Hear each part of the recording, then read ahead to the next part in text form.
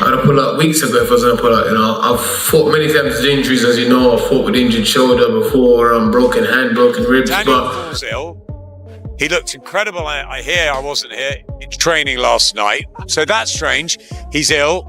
He can't fight if he's ill. Okay, health has to come first. Just weeks ahead of his scheduled clash with rising star Moses Itauma, Dillian Whyte has officially stepped away from boxing. Citing ongoing financial pressure and behind-the-scenes management issues, the former heavyweight contender opted to retire, leaving fans in disbelief. Instead of facing the young powerhouse, Whyte chose to walk away from the ring, ending a chapter in a career that once struck fear in the division. About 3-4 weeks ago, when I knew that obviously the manager position was going to be in place, you know, obviously my camps cost a lot of money. My training camps cost me a lot of money, you know what I mean? So I had to just pull out early to save all of this and money and stuff. I got like a lot of people in camp that works for me. Eddie Hearn's reaction to Dillian Whyte's retirement didn't exactly sound genuine. His tone dripped with sarcasm, suggesting Whyte might be using this exit as a strategic move, a way to cash in later rather than step up and face Moses Itauma in the ring. To many, it feels like Whyte chose the easy way out, using retirement as a shield to dodge a potential defeat. Fight fans, because we've got a chance to make the biggest fight in boxing, but you know, if that is the last we see of him, he's had a great career. I doubt it, but you know, it's always best to come into retirement to make sure someone pays you to come out of retirement.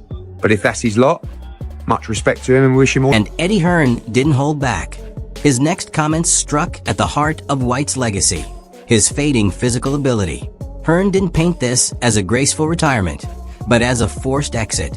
According to him, Whyte's chin is no longer reliable, his speed has diminished, and the fire that once drove him is gone. Rather than face Moses Itauma head-on, Whyte disappeared, not like a warrior bowing out, but like a fighter running from the truth.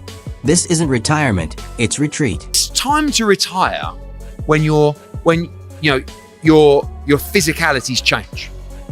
Your punch resistance isn't as good. You know, maybe you're a bit slower. Maybe your desire's not there. We're not saying. Johnny Nelson laid it all out. According to him, Dillian Whyte's so-called retirement wasn't driven by emotion. It was all about the money. Eddie Hearn, he says, saw it coming from miles away. To them, this wasn't a genuine exit, but a calculated move to boost future earnings. Whyte didn't just avoid Moses Itauma. He tried to turn backing out into a payday.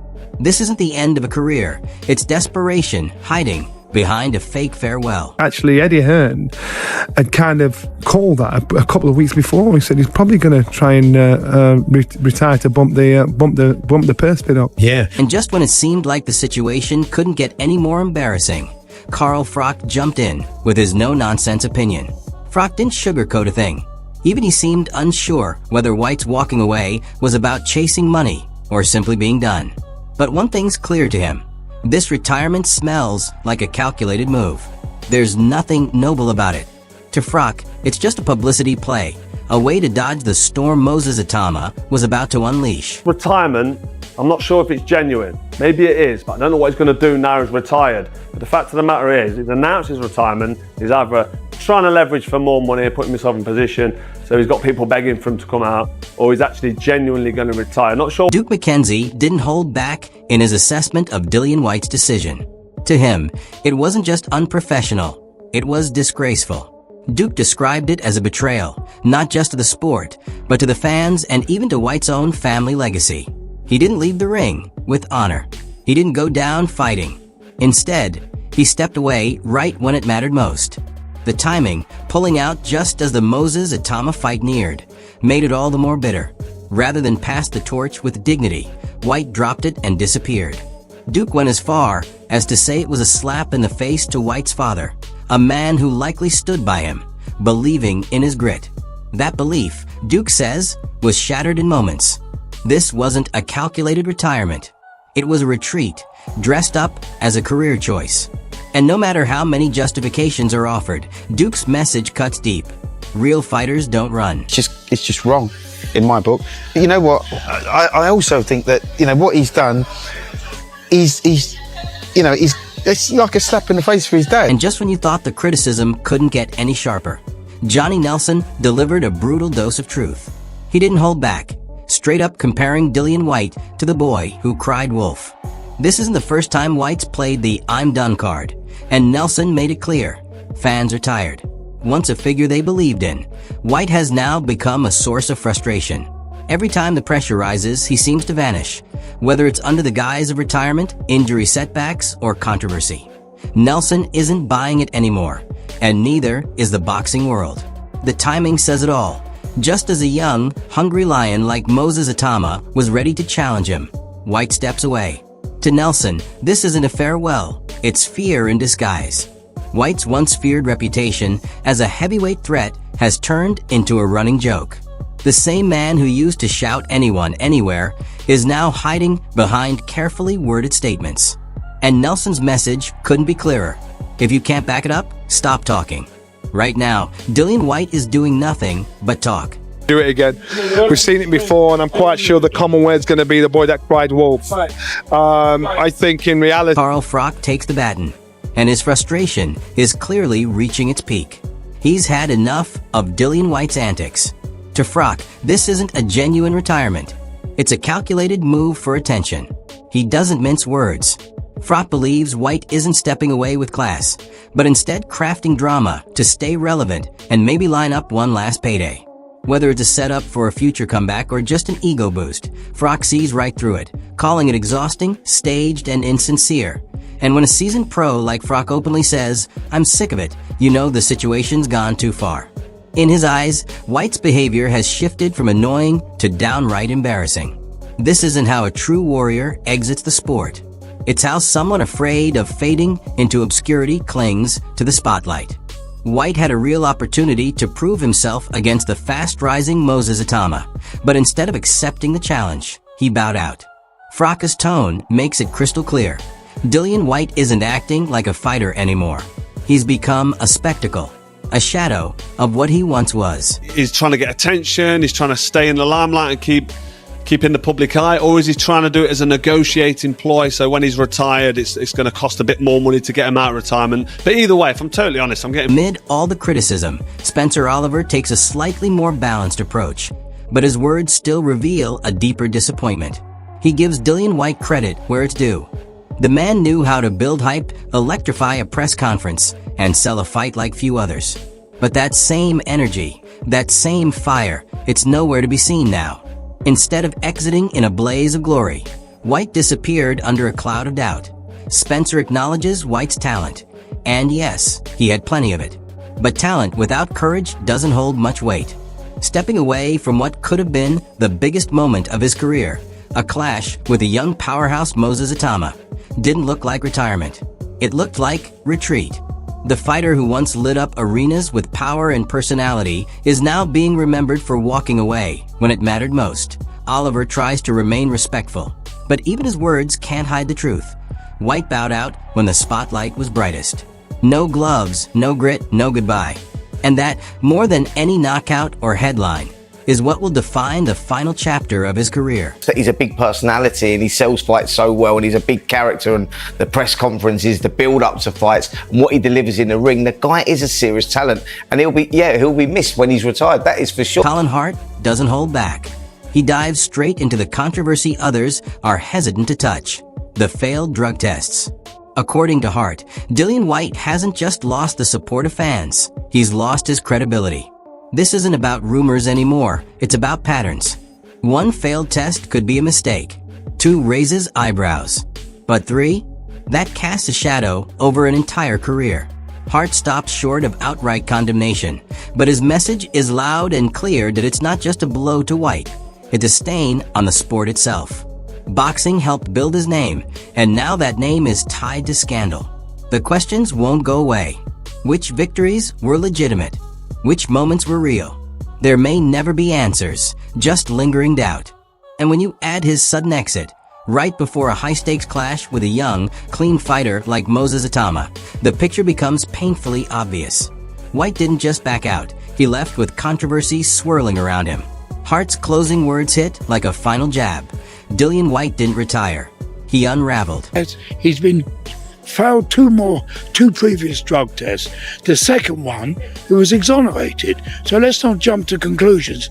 But it's not good for him, and it's not good for the sport. Dave Coldwell gave voice to what many boxing fans felt the moment the news broke. Pure frustration. Was it harsh? Maybe. But it was honest. The anger, the disappointment, the sense of betrayal. It all came flooding in. Why? Because this was a man once celebrated for his grit and willingness to face anyone, anytime. Now he's seen as someone ducking fights and surrounded by controversy. Coldwell acknowledges that all the facts aren't out yet, but the impact is already massive.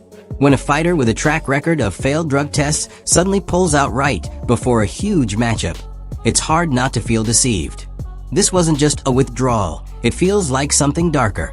To Coldwell, and to many fans, this isn't just about backing out. It's about trust broken. Dillian Whyte's reputation, once built on toughness and heart, is now buried beneath suspicion. And for many, that legacy might be beyond saving. Fucking hell, cheating bastard. You know, that's the initial reaction. Whether it's a first fail or a third fail, that's the initial reaction. Your gut reaction is. But then obviously we don't know what he's failed for yet, and we don't know what it is. But then when it's someone that's failed 3 times, or this is the third adverse reaction. The conversation shifts from controversy to dominance. Tony Bellew enters the picture and doesn't hold back his admiration for Moses Itauma. He doesn't compare the young phenom to journeyman or fringe contenders. Instead, Bellew draws a bold line, likening him to none other than Alexander Usyk. That comparison alone says everything. Bellew admits Moses isn't quite at Usyk's level yet, but the raw tools are all there. Sharp footwork, high fight IQ, smooth movement, and fearless execution. According to Bellew, Moses is the real deal, not just potential, but promise. He calls him outstanding, unbelievable, and most importantly, the future. And coming from a former world champion who's seen it all, that recognition carries serious weight. The only question Bellew raises? Moses' size. But even that concern is met with perspective, reminding everyone that Usyk, too, defied the odds and conquered giants. For Bellew, the message is clear. Boxing isn't just a game of brute force anymore. It's about intelligence, timing, and pure skill. And Moses Itauma checks every box. With Dillian Whyte stepping aside, Moses doesn't just inherit momentum. He claims the spotlight. Bellew's praise seals it. The heavyweight division has a new threat, and his name is Moses Itauma. He's the next in line. I think he's the future of the heavyweight division. I think he's an outstanding talent. I think he's got a good team around him. Ben Davison and Lee Wiley is the brains that study everything, and they use what we call video analysis now in boxing. They're the one team that... Derek Chisora has never been one to sugarcoat his words, and thank goodness for that. His brutal honesty is exactly what boxing needed. According to Chisora, stepping in the ring with Moses Itauma isn't just tough. It's borderline suicidal if you're not ready. And when it comes to Dillian Whyte, Chisora doesn't mince words. He suggests Whyte never stood a real chance to begin with. When you've got a better shot at winning the lottery than beating Moses, Chisora says, it's not a joke. It's a serious warning. At just 24 years old, Moses is already under the guidance of world-class trainers, packs real knockout power, and stays ice-cold under pressure. Chisora's not just hyping up talent, he's exposing the gap between showmanship and true danger. It's a gap Whyte likely recognized himself. And deep down, maybe that's why he pulled out. Fighters like Moses are rare.